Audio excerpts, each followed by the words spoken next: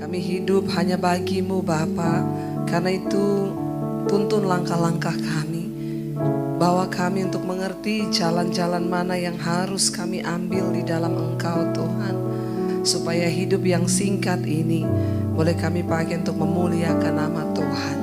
Terima kasih Bapa. Urapi setiap kami. Urapi hamba-Mu yang tidak ada apa-apanya Tuhan. Berbicara bagi kami, tuntun kami lewat kebenaran firman-Mu. Di dalam nama Yesus yang percaya, Tuhan di tengah kita memberkati kita. Katakan bersama, amin, amin. Silakan duduk Bapak Ibu yang terkasih, shalom. Berapa banyak dari kita yang mau hidup memuliakan Tuhan? Ya, saya percaya tidak ada kerinduan yang lain tentunya selain kita hidup memuliakan Tuhan. Nah, kita akan belajar dari firman Tuhan. Ya, ada salah satu orang yang hidup memuliakan Tuhan, saudara. Bagaimana hidupnya dipakai Tuhan dengan luar biasa. Mari kita buka Kisah Para Rasul. Ya, yaitu Filipus ya, seorang tokoh di Alkitab. Ya, ini bukan Filipus murid Yesus, tetapi Filipus yang ada di Kisah Para Rasul yang dipilih oleh Rasul Paulus ya. Kita lihat dari Kisah Para Rasul pasal yang ke-6 dulu, ayat yang pertama. Di sana dikatakan 7 orang dipilih untuk melayani orang miskin ya. Ayat yang pertama, pada masa itu ketika jumlah murid makin bertambah, timbullah sungut-sungut di antara orang-orang Yahudi yang berbahasa Yunani terhadap orang-orang Ibrani. Karena apa? Pembagian kepada janda-janda mereka diabaikan dalam pelayanan sehari-hari. Jadi kita belajar juga dari Rasul Paulus, gereja harus membuka mata bagi orang-orang miskin yang ada di sekitar kita. Katakan amin ya. Dan di sini ada pembagian kepada janda-janda. Tapi yang diperhatikan tuh janda tua bukan janda muda ya. Apalagi bapak-bapak ya. Saudara, dikatakan di sini lalu terjadi sungut-sungut. Ayat yang kedua dikatakan, berhubung dengan itu ke-12 rasul itu memanggil semua murid untuk berkumpul ya. Dan berkata, kami tidak merasa puas karena kami melalaikan firman Allah untuk melayani meja. Karena itu saudara-saudara, pilihlah 7 orang di antaramu ya. Ibu Hana tentu tidak bisa bekerja sendiri ya, harus ada orang-orang yang menopang di dalam pelayanan. Sama seperti di Kisah Para Rasul jemaat mula-mula. Lalu dikatakan pilih 7 orang di antaramu yang terkenal. Yang pertama apa? Baik ya. Lalu yang kedua, yang penuh dengan roh dan hikmat. Supaya apa? Supaya kami mengangkat mereka untuk tugas itu. Kita lihat di sini saudara, orang yang dipilih untuk melayani Tuhan, memuliakan Tuhan. Yang pertama dia harus terkenal baik. Ya, jangan orang terkenal jahat dipilih melayani Tuhan saudara ya. Nah, kecuali dia sudah bertobat, harus ada buah-buah yang terlihat. Supaya tidak menjadi batu sandungan. Ya, banyak kita melihat saudara. Di sini yang pertama dikatakan 7 orang dipilih. Yang pertama terkenal baik, buahnya itu loh. Yang kedua penuh roh dan hikmat. Tentunya roh penuh roh kudus, bukan roh jahat ya saudara ya. Karena roh ini ada macam-macam ya. Tentu yang penuh dengan roh huruf besar di situ adalah roh Allah, roh kudus ya. Dan juga dia harus penuh hikmat. Karena di dalam melayani Tuhan, memuliakan nama Tuhan, kita tuh butuh hikmat di dalam menyelesaikan satu masalah. Ada orang-orang yang tidak pakai hikmat Tuhan, hanya emosi saudara, lalu akhirnya marah-marah, tidak memuliakan Tuhan, malah ya sebaliknya hidupnya tidak dapat apa-apa. Lalu salah satu di antaranya yang dipilih di sana adalah namanya Filipus ya. Jadi ini bukan Filipus murid Yesus. Tapi Filipus 7 orang yang dipilih di Kisah Para Rasul. Kita lompat lihat ya apa yang dilakukan oleh Filipus dalam pelayanan. Kisah Para Rasul yang ke-8 saudara. Setelah dipilih Filipus menjadi seseorang yang memuliakan Tuhan. Ya, Kisah Rasul pasal yang ke-8 ayat yang ke-4 mulai. Filipus di Samaria saudara dikatakan di sana. Lalu mereka tersebar itu menjelajah seluruh negeri itu sambil memberitakan Injil. Ayat yang ke-6, ketika orang banyak, ayat yang ke-5 dulu. Dan Filipus pergi ke suatu kota di Samaria dan memberitakan Mesias kepada orang-orang di situ. Ayat 6, ketika orang banyak itu mendengar pemberitaan Filipus dan melihat tanda-tanda yang diadakannya, mereka semua dengan bulat hati menerima apa yang diberitakannya. Saudara, kenapa buah dari pelayanan Filipus itu begitu luar biasa ya, ketika dia mengajar, dia memberitakan Injil, ada kuasa. Karena kita sudah tahu tadi yang di atas, yang pertama, dia itu terkenal baik, penuh roh dan penuh hikmat. Ya, di dalam hidup ini kita harus menghasilkan buah untuk memuliakan nama Tuhan. Terutama pertama dari keluarga terlebih dahulu. Ya, orang keluarga terdekat itu harus mengetahui dan melihat buah-buah roh dalam hidup kita. Supaya ketika kita melayani, ya pelayanan itu berdampak, saudara. Kemarin ada yang bertanya sama saya, Bu, saya ini juga hamba Tuhan. Saya tuh pengen ya khotbah supaya khotbah saya itu bisa didengar orang, dan bukan cuma didengar, Bu, supaya mereka mengalami perubahan hidup. Apa yang harus saya lakukan? Saya bilang ya cuma satu, hidupi yang kamu khotbahkan dan khotbahkan apa yang kamu hidupi. Amin.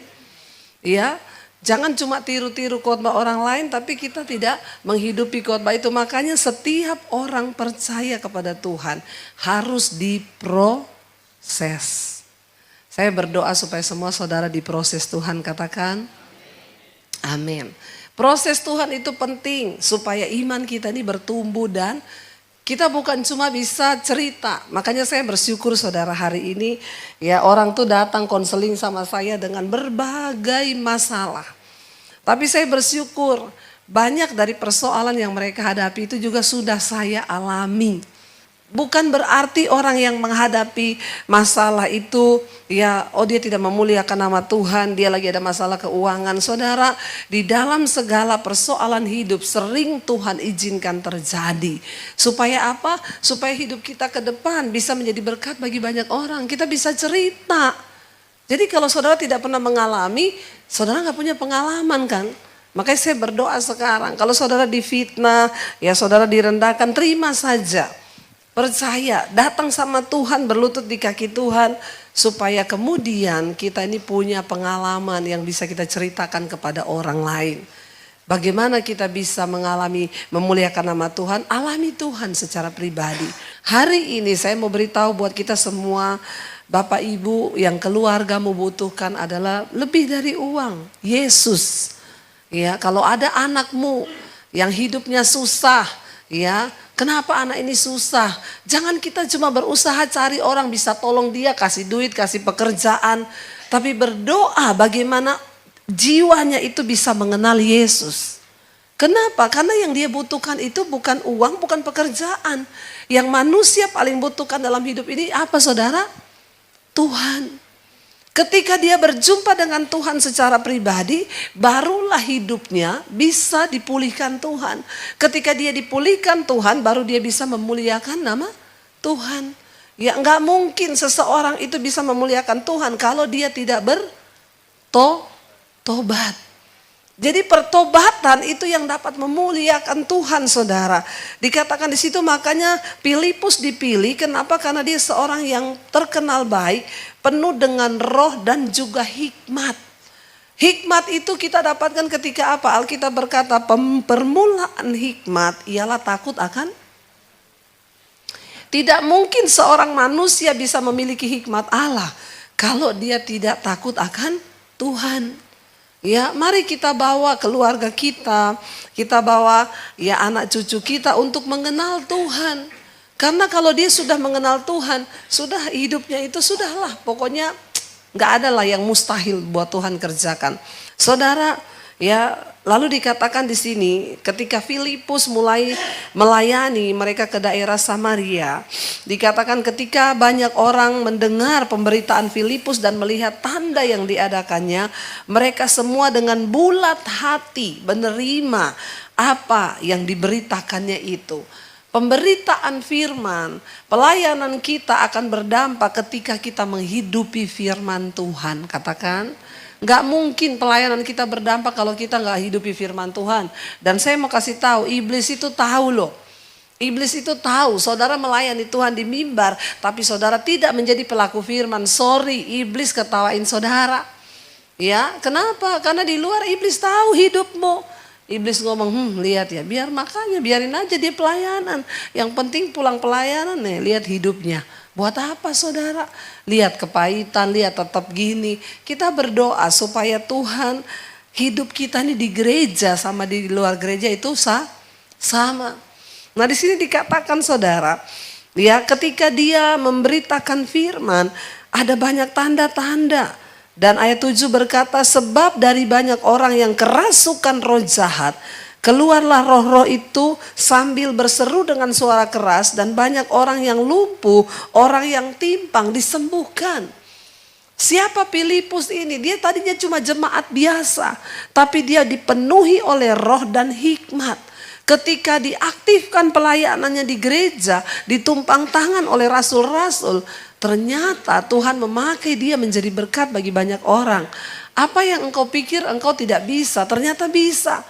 Ya ibu itu cerita ke saya, Bu, kami ini dari gereja Protestan. Jadi tidak pernah saya menengking-nengking setan begitu.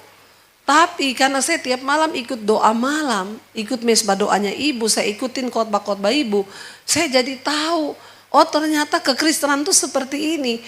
Ya saya mengucap syukur lewat pelayanan, ya di YouTube saya banyak mendengar orang-orang, mereka akhirnya mulai mengalami.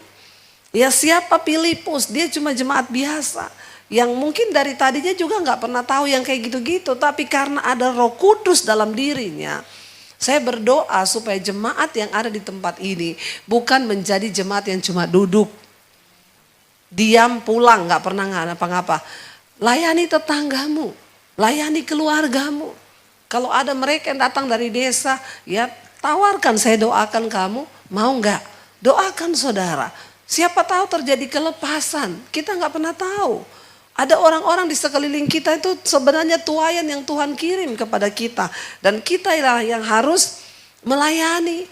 Itu bukan tugasnya pendeta di gereja ini, tapi itu tugas kita semua.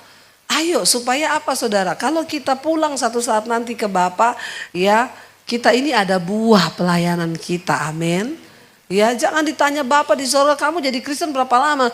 30 tahun. Terus ngapain aja? Gak ngapa-ngapa ya, datang pergi tiap hari Minggu ke gereja, duduk diam pulang gitu toh. Wah kamu ternyata pengangguran ya selama di bumi. Itu namanya pengangguran loh. Tapi kita harus saudara lihat kalau ada tetanggamu, saudaramu, atau siapapun mungkin yang datang dari jauh dari desa, kenalkan dia kepada Yesus. Beritakan siapa Yesus itu. Lalu dikatakan di sini saudara, orang melihat ya bahwa Filipus melakukan banyak hal besar. Ayat 8, ya maka sangatlah besar sukacita dalam kota itu. Seorang yang bernama Simon telah sejak dahulu melakukan sihir di kota itu, dan dia membuat takjub seluruh rakyat Samaria, serta berlagak seolah-olah dia seorang yang sangat penting. Ya, semua orang besar kecil mengikuti dia. Ada seorang tukang sihir di situ. Ya, orang ini ya dikatakan semua orang itu mengikuti dia dan berkata orang ini adalah kuasa Allah yang terkenal sebagai kuasa besar, padahal tukang sihir. Ya, dan mereka mengikutinya karena sudah lama ia menakjubkan mereka oleh perbuatan sihirnya. Tetapi sekarang mereka percaya kepada Filipus yang memberitakan Injil tentang kerajaan Allah, tentang nama Yesus Kristus, dan mereka memberi diri mereka dibaptis baik laki-laki maupun perempuan. Ya, dan dikatakan di sana Simon sendiri juga akhirnya apa? Menjadi percaya. Ya, dan sesudah itu ia dibaptis saudara. Wow. Bagaimana pelayanannya Filipus ini sangat berbuah ya, bahkan Simon ya seorang tukang sihir itu bertobat, dibaptis, dan dia senantiasa bersama-sama dengan Filipus dan takjub ketika ia melihat tanda-tanda dan mujizat yang besar yang terjadi. Bahkan seorang yang tadinya ikut kuasa gelap akhirnya bertobat mengikut Tuhan karena pelayanannya. Lalu kita lompat saudara, saya pengen lihat ya. Filipus juga mempertobatkan seorang pejabat dari Ethiopia. Ayat 26, Kisah Rasul ayat yang ke-8. Sida-sida dari tanah Ethiopia judulnya di sana ya. Ayat 26. Kemudian berkatalah seorang malaikat Tuhan kepada Filipus, katanya, bangunlah dan berangkatlah ke sebelah selatan menurut jalan yang turun dari Yerusalem ke Gaza. Jalan itu jalan yang sunyi. Lalu berkatalah Filipus adalah seorang Ethiopia, seorang sida-sida pembesar dan kepala perbendaraan Sri Kandake, ratu negeri Ethiopia, yang pergi ke Yerusalem untuk beribadah. Sekarang orang itu dalam perjalanan pulang dan duduk dalam keretanya sambil membaca kitab Yesaya. Ayat 29, lalu kata roh kepada Filipus, pergilah ke situ dan dekatilah kereta itu. Filipus segera ke situ dan mendengar sida-sida itu dengan membaca kitab Nabi Yesaya. Kata Filipus, mengertikah Tuhan apa yang Tuanku baca itu? Ditanya sama Filipus, karena Roh Kudus menyuruh dia pergi ke sana. Nas yang dibacanya itu berbunyi seperti berikut, seperti seekor domba ia membawa ke pembantaian, dan seperti anak domba yang keluh di depan orang yang menggunting bulunya, demikian ia tidak membuka mulutnya. Dalam kehinaannya dia sedang membaca nubuatan Yesaya ya. Lalu dikatakan maka sida-sida itu 34 kepada Filipus dia berkata, aku bertanya kepadamu tentang siapakah Nabi berkata demikian, tentang dirinya sendiri atau tentang orang lain? Maka mulailah Filipus berbicara dan bertolak dari nas itu. Ia memberitakan Injil Yesus kepadanya. Dan saudara, akhirnya orang itu pun juga bertobat menerima Yesus sebagai Tuhan dan Juru Selamat. Saudara, di luar sana ada begitu banyak orang yang tidak mengerti firman Tuhan. Saudara dan saya, kitalah yang akan dipakai Tuhan untuk apa? Untuk membawa pemberitaan tentang kebenaran. Kita nih harus siap sedia memberikan pertanggungan jawab terhadap iman kita. Karena orang di luar sana banyak yang tidak mengerti. Dikatakan di sini pejabat ini dia baca tentang kitab Yesaya tapi dia nggak mengerti siapa yang lagi dibahas di kitab Yesaya ini. Filipus yang penuh dengan roh hikmat, dia menerangkan tentang Injil kerajaan Allah kepada pejabat ini. Lalu pejabat ini bertobat, saudara, menerima Tuhan Yesus. Bagaimana Tuhan menyertai pelayanan kami, saudara, saya melihat ya, kita semua perlu berdoa hari-hari ini supaya terjadi penuaian. Yesus berkata, di akhir zaman tuaian itu menguning, tapi penuainya sedikit. Saya berdoa supaya jemaat di tempat ini menjadi penuai di akhir zaman. Menangkan jiwa-jiwa. Tuhan lebih lagi ingin kita semua hidup memuliakan Tuhan. Bukan hanya ya, memuliakan Tuhan itu bukan hanya dalam skup yang besar. Ayo di dalam rumah tangga dan keluarga kita terlebih dahulu. Kita hidup dalam pertobatan. Bawa anak cucumu untuk mengenal Tuhan. Sebab hanya ketika kita mengenal Tuhan, hidup kita dipulihkan, baru kita bisa memuliakan nama Tuhan. Kita bangkit berdiri bersama, kita nyanyikan lagu tadi, aku berikan hatiku dan hidupku hanya bagimu Tuhan. Mari bawa hidup kita kepada Tuhan. Hanya Dia yang sanggup untuk memulihkan dan menjadikan hidup kita berarti. Kami mau Tuhan, untuk sungguh-sungguh Engkau pakai hidup kami. Pakai anak cucu kami untuk memuliakan nama-Mu selama ada di dunia ini. Angkat tanganmu. Katakan kami beri hati dan hidup kami bagimu Tuhan. Yes Lord Jesus. Katakan bersama, ku berikan. Ku berikan hatiku dan jiwaku,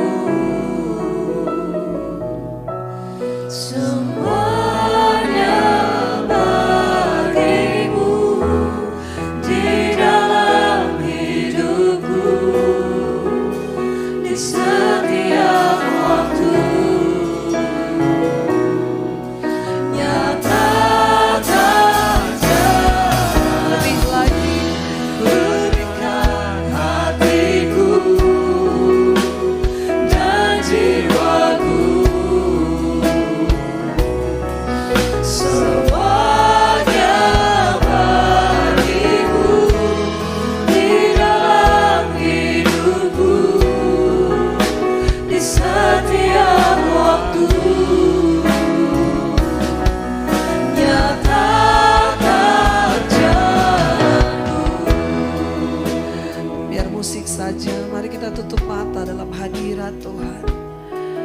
Katakan, Tuhan, kami tahu Engkau menciptakan kami untuk memuliakan nama-Mu ya Bapa.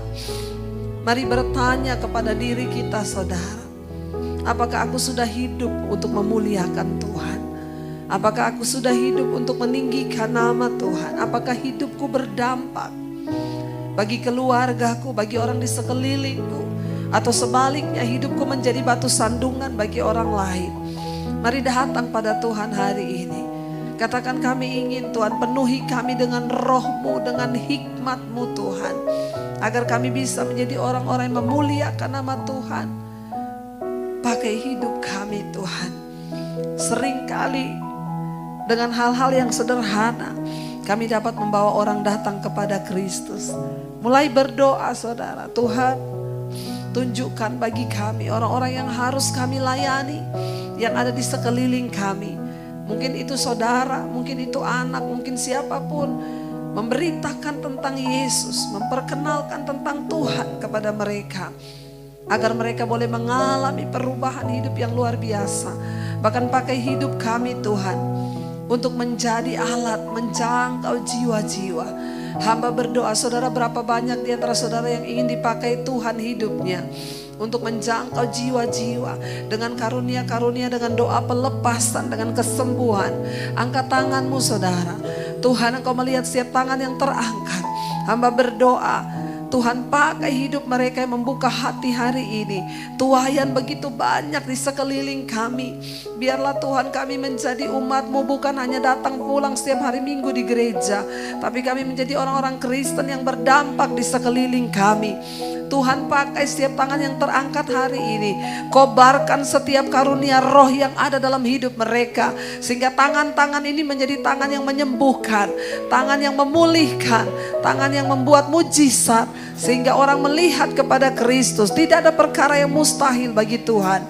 Ketika kami sungguh-sungguh membawa hidup kami, Engkau Tuhan yang sanggup melakukannya Tuhan. Kami akan mulai mempraktekkan kuasa Tuhan itu, menumpangkan tangan atas orang sakit dan mereka akan sembuh di dalam nama Tuhan Yesus. Bahwa hidup kami sungguh-sungguh dipulihkan. Segala dosa kami buang di dalam nama Yesus. Amarah, kepahitan, kebencian, kekecewaan kami buang di dalam nama Yesus. Biarlah Tuhan yang memulihkan kehidupan setiap kami.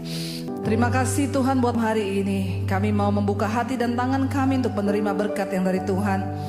Diberkati langkah dalam kehidupanmu, diberkati rumah tanggamu, diberkati kesehatanmu, diberkati keuanganmu. Engkau akan menjadi berkat bagi banyak orang, sehingga hidupmu menjadi tanda bagi kemuliaannya. Terimalah kiranya berkat dari Allah Bapa, cinta kasih Tuhan Yesus Kristus, penyertaan manis Allah Roh Kudus menyertai hidupmu mulai dari hari ini bahkan sampai kali yang kedua. Tuhan Yesus datang menjemput kita semua dan namamu tercatat di dalam kitab kehidupan. Dalam nama Tuhan Yesus yang percaya diberkati Tuhan, katakan bersama, amin, amin, amin. Tuhan Yesus memberkati. Kau yang pegang tanganku, Kau yang sentuh hati.